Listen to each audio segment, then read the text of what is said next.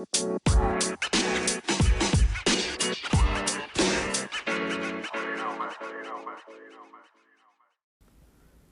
everybody, welcome to episode number 20 of Cincinnati Fan Talk. As always, you can go ahead and hit us up on the socials. That's that Twitter. That's Cincy underscore Fan Talk. Welcome to another episode. Glad to have you back. I'm going to talk a little bit about the NFL draft because in the middle of watching the NFL draft, I think I figured out what was bothering me about the whole NFL thing in general. So let me go ahead and preface this about the first few episodes of the podcast. If you didn't catch them, I know I got a solid few core listeners that's been that's been listening to the last few episodes, and they've been like, "Yo, LP, like, why you been so down about the NFL? You know, you haven't really been like." I mean, you've been really wanting the NFL to come back. You know, you've been, really ready for it, but you've been kind of down on it. Um, I've been kind of struggling with that. I've been like, I don't really know. I'm ready for football, but I really couldn't put my finger on why I'm not as hyped up as I usually am about the NFL. Usually, even when the Bengals are bad, I'm usually ready for football season. But it was just something eating at me and I couldn't figure it out. So I'm watching the draft. By the way, kudos to the NFL. Um, I really wasn't thinking that they should have had an NFL draft. I'm thinking it's a little bit too soon, but they pulled off a great 3 days. Excellent 3 days of the draft. Um, Very few glitches. Funny, memeable moments, which is always clutch when you're having like virtual things like the NFL draft was. Heartwarming stories.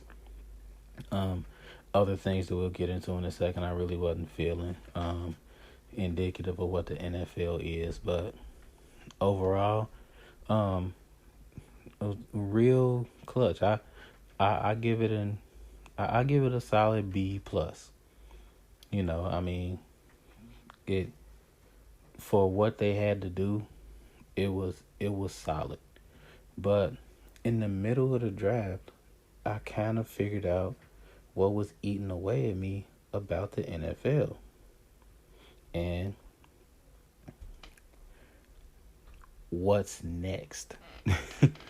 That's what was eating away at me about the NFL, cuz it's like, you had the free agency, and that was that was cool. That was a nice distraction. And then you have the draft. Nice distraction. And then you're going to have the schedule coming out, which is real life BS. It's real life bullshit because you know who's playing who already. We know all 16 games for the Bengals. You know all 16 games for the Ravens, for the Steelers, for the Browns. You know all that shit. Like, you already know who's playing who. You just don't know what time. So it's really much ado about nothing. Real talk. But the NFL found a way to get your eyeballs on that too. You gotta applaud them for that. So another distraction. So what's really eating away at me about the NFL is, once all the distractions are gone, what you really have is, at some point they gotta play. But the NFL is really acting like they have control over the situation, but they don't. And that's the thing. Like, will there be a season? The NFL is acting like, oh, we got this under control, but they don't. And what I really don't appreciate about the NFL is that they're playing me like I'm dumb. And if you think about it, if you really think about it, if you take the blinders off, put the rational hat on, they're playing you like you're dumb. That's what they're really doing here. They're playing you like you're just gonna fall for the distractions and you're just gonna eat all of this up. And I just really don't appreciate that because it's been nothing but distractions, distractions, distractions, distractions. But there's been no plan. Major League Baseball, for all of the knucklehead plans they've been throwing out. Oh, let's play in Arizona. Oh, let's play in Florida. Oh, let's split them up 10, 10, 10. At least they're showing us that they have some regard for we're not going to hit you with distractions. And if we are going to hit you with distractions, we're going to make sure that there's some type of plan coming forth with our distractions. Basketball, they went on a totally different tangent. And what they decided was, we're not going to say anything until we have a plan. That's basically where they went. They said, look, there's no need for us to say anything about anything until we get a plan. So you haven't heard much of anything from Adam Silver. Adam Silver basically said, look, we're not going to say much of anything at all until we have a concrete plan.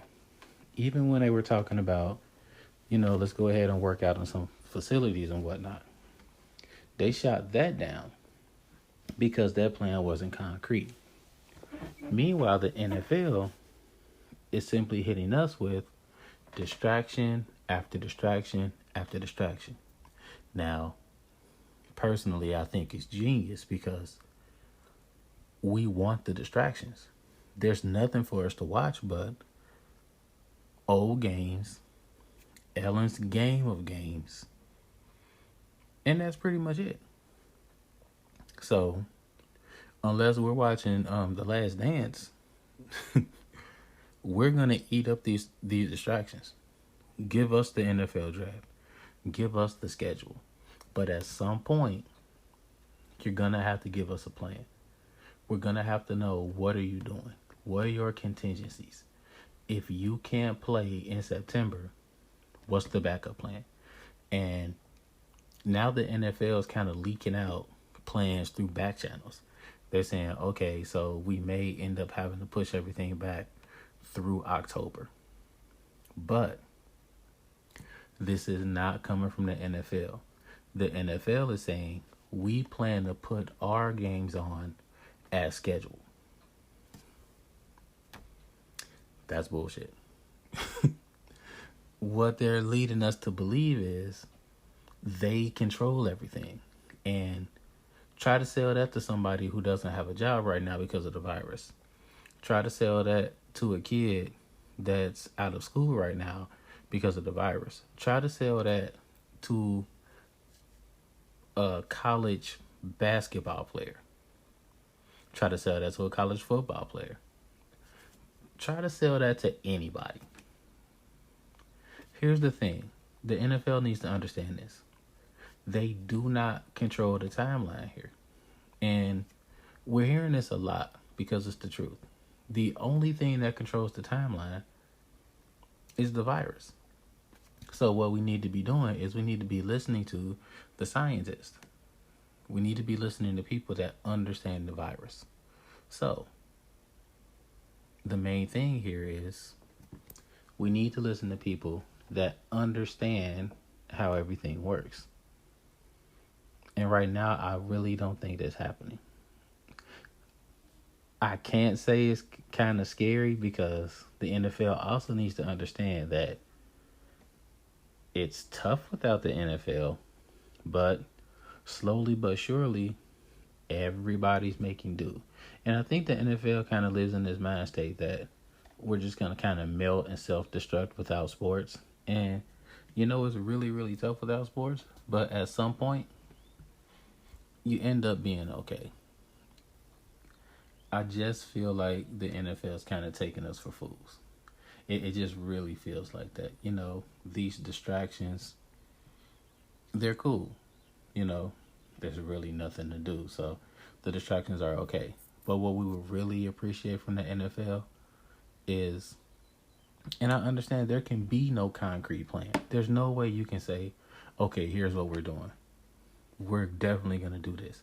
That's impossible. Give us a thought. We understand that, you know, things are, things may change. Here is what we're thinking right now. This plan may change. And if this plan changes, we will let everyone know as soon as possible.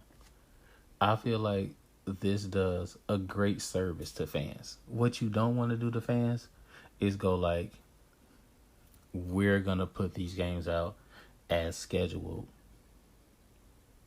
That makes no sense because everybody knows that these games are not going to go as scheduled. It's impossible. We're not even going to have school go off as scheduled. And if school does go as scheduled, it's going to look completely different. So I just feel like the NFL, they need to get real with themselves and with everybody. Get real with the fans, get real with the advertisers, and just get real with themselves. And let's go ahead and let's just get some information out there. Because right now, there's no information coming out. And the information coming out, and this is key, is not coming out from them. So NFL, let's get some information out there so we can, you know, plan for some type of season. So we're gonna go ahead and do a quick commercial, and we'll be right back. This is Cincinnati Fan Talk. Talk to you in a second.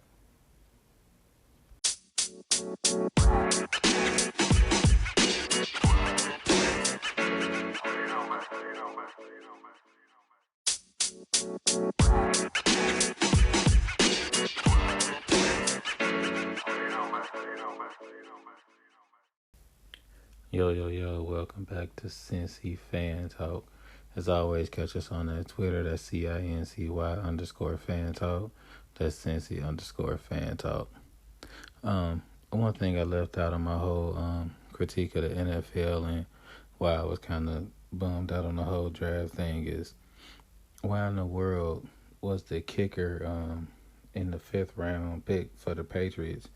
Why didn't he get like grilled, you know, with all of the questions about his tattoo when you had like all of the weird graphics for a lot of the other people that got picked? I mean, you had people with weird graphics, like somebody like stole from their girlfriend's purse like twice, and then you had like somebody else, like our draft pick, his mother was on drugs, like that was splashed all through the graphics for those guys. But you got somebody with 3%ers tattoo all on his arms, and you hear nothing about it. I mean, people had to do deep dives to find out about stuff like that.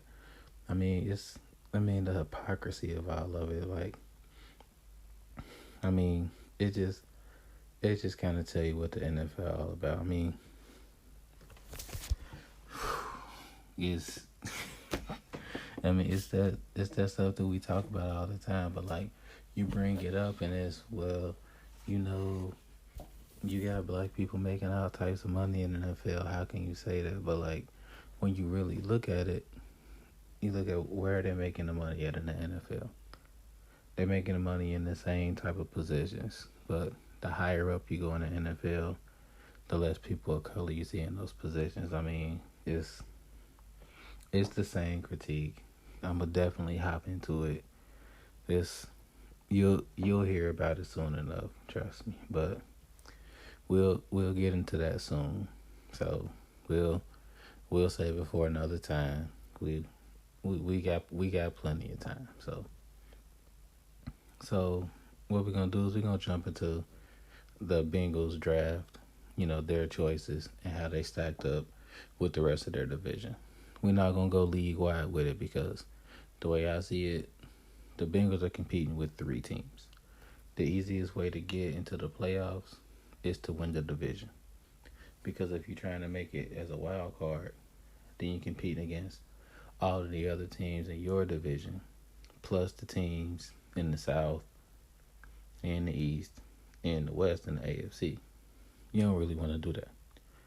You want to try to win your division. In order to do that, you got to beat the Ravens, you got to beat the Browns, and you got to beat the Steelers. That's the name of the game. So that's what we're going to talk about. I'm not about to give out grades. I'm not about to say the Bengals got an A and the Ravens got a B plus and all that shit because, I mean, real talk, we don't know what team did the best. Like, these guys never played in the NFL ever.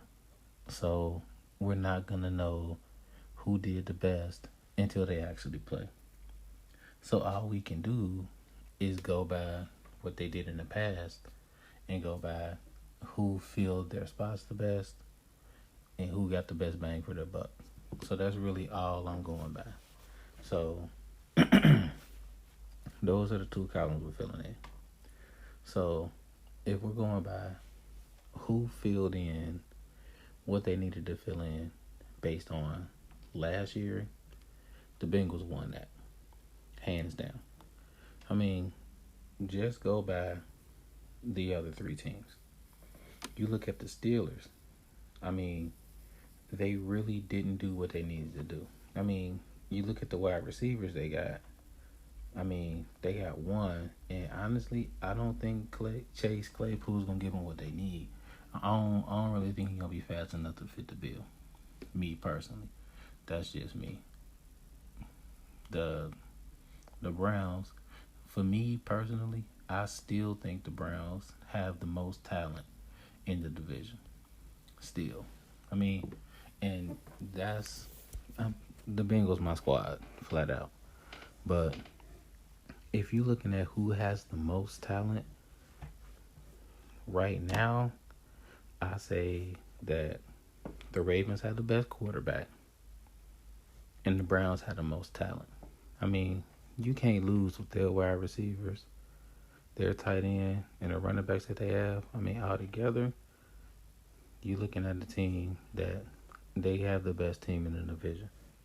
I mean, they should be winning more games. And they helped out their offensive line, looking at it like that. But overall, that's really the only need they feel. The Ravens, they looked like they went based on talent. I don't really think they took care of all of their needs. The Bengals basically went down the line and knocked out all of the needs. They used free agency to take care of their defensive needs for the most part. Pretty much everything except linebacker. And then they used the draft and they took care of the linebackers. And then they used the rest of the draft and they took care of the offensive talent, which was a real smart move. So in terms of filling out needs, the Bengals won that.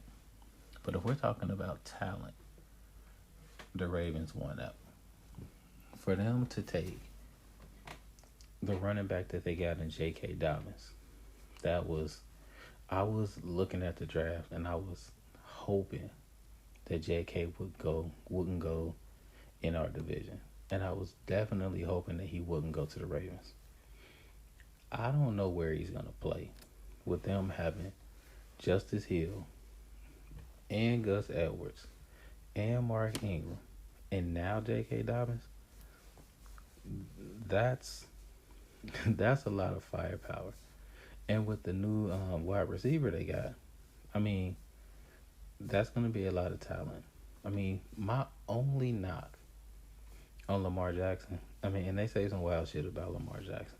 I mean, I was saying some wild stuff about Lamar Jackson. I mean, I wasn't a believer at first. I mean, I was kind of being a hater. And real talk, I was hating because I didn't want him to be the best in the division. I mean, real talk, I knew he was a great quarterback. I just didn't want to see him win because I didn't want to see him beat the tar out of the Bengals. But if we really talking, he had the tools to do the job. I think his one flaw is that he needs to hit his wide receivers more. Like, he needs to get the ball outside of the numbers more often. I think he's kind of beaming in on those tight ends a little bit too much. And I think the league is going to see that. And it's a copycat league. You let one team, like like in the playoffs, how, how he kind of got beat, people are going to see that. And they're going to kind of like key in on that. So he's really going to need to watch out because it's a copycat league. But if we're talking in terms of talent, best player available, basically that's what the Ravens did. So it's going to be key to see how the Ravens work in, Devin DuVernay and work in J.K. Dobbins. It's gonna be interesting to see how that works. I really don't think the Steelers had a good draft. I know a lot of people won't agree with that. I don't really think the Steelers had a good draft. But usually what happens is the Steelers pick people that a lot of folks like myself will think, who is that? Who is so and so? And they turn out to be absolute beast on the football field. So we'll see what happens.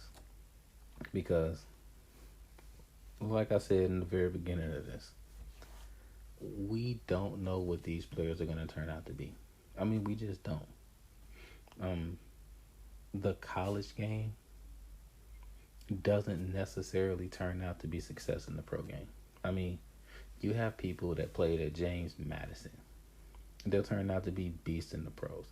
I mean, Jerry Rice went to Mississippi Valley State. I mean, Hall of Fame. I mean, Joe Flacco. Oh, well, where you go? Delaware. Super Bowl champ. And then you'll have, somebody like A.J. McCarron. I mean, he went to Alabama. And he's kind of bounced around the league now. So, I mean, it really depends on how you play and how you catch on in the system where you go. So, it'll be very interesting to see what happens with all of the players once they translate to their program. So, we'll definitely see how it goes. We'll go ahead and hit another commercial, and we'll be right back. Cincinnati Fan Talk. Catch you in a quick second.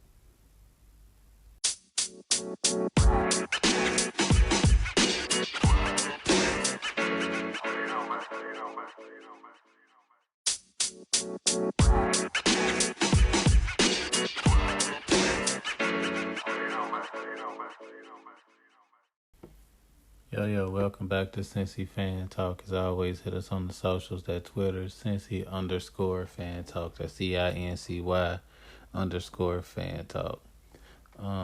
Me and the wife, we've been playing like weird television games. So like, we'll be watching like television or whatever. Weird quarantine stuff. Trying to figure out what's on television. So we trying to figure out what's on BET, and before we even turn there, we'll just try to guess like what's on BET. We're usually right if we guess Martin or the Fresh Prince of Bel-Air or some Tyler Perry movie. Like, we're always right if we make one of these guesses. I think this is like the 40th year of BET. Honestly, to me, it's upsetting how it's evolved to like pretty much what it was like 20-25 years ago. I feel like it's kind of sort of the same thing. I really do. Like, I feel like BET was like at its apex when I was like a teenager, like 94, 95, 96, when they were showing shows like Teen Summit and stuff like that, when it was more like a part of the community, like on a weekly basis, where you would see stuff like that, where they was, really talking about community type stuff, like really active, more like just letting you know like what it was to be a part of the African American community. And nowadays it's like not even videos anymore, because it was like a real long stretch where it was just like booty shaking videos and like risque videos. Now it's not even that. It's just like Tyler Perry joints, followed by sitcoms.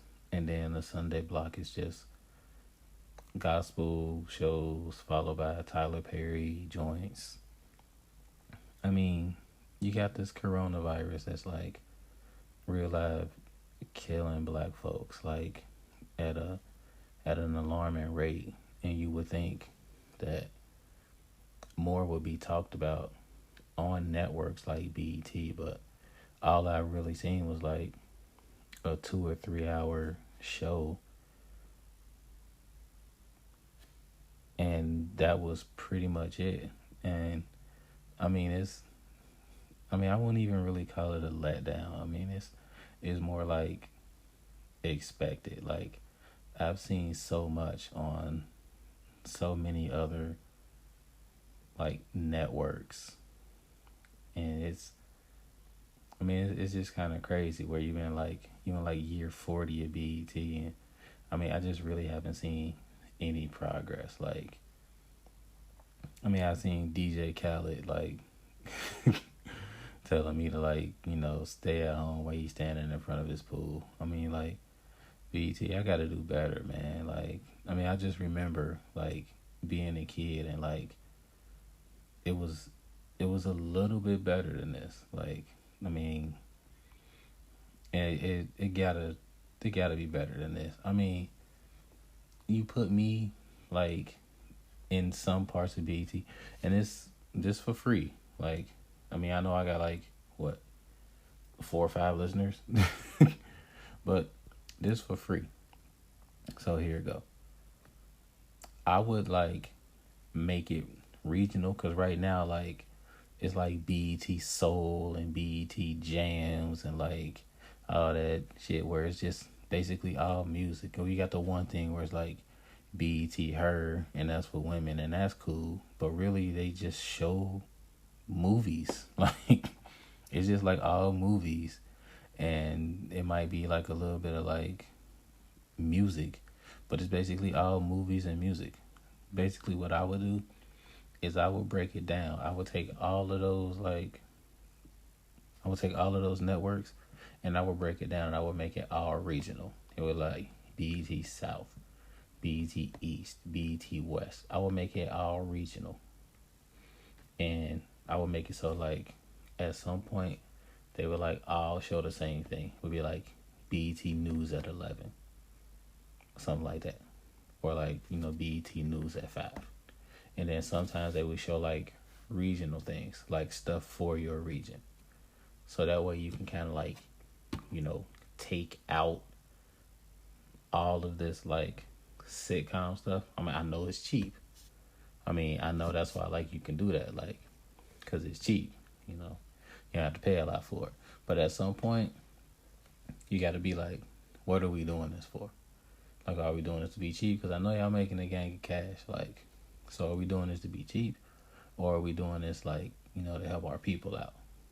So, like, we gotta work some stuff out. Because, like, it's year 40. Like, we've made a gang of cash off of people like us. Like, we've made enough money. Or have we? Because I know you want this to make a buck. So, like, at some point, are we helping, or are we just trying to profit off of us? So, that would be what I would do.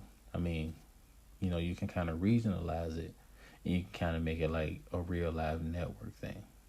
That's just me, because right now all I see is like all of these channels, and they all basically selling the same thing.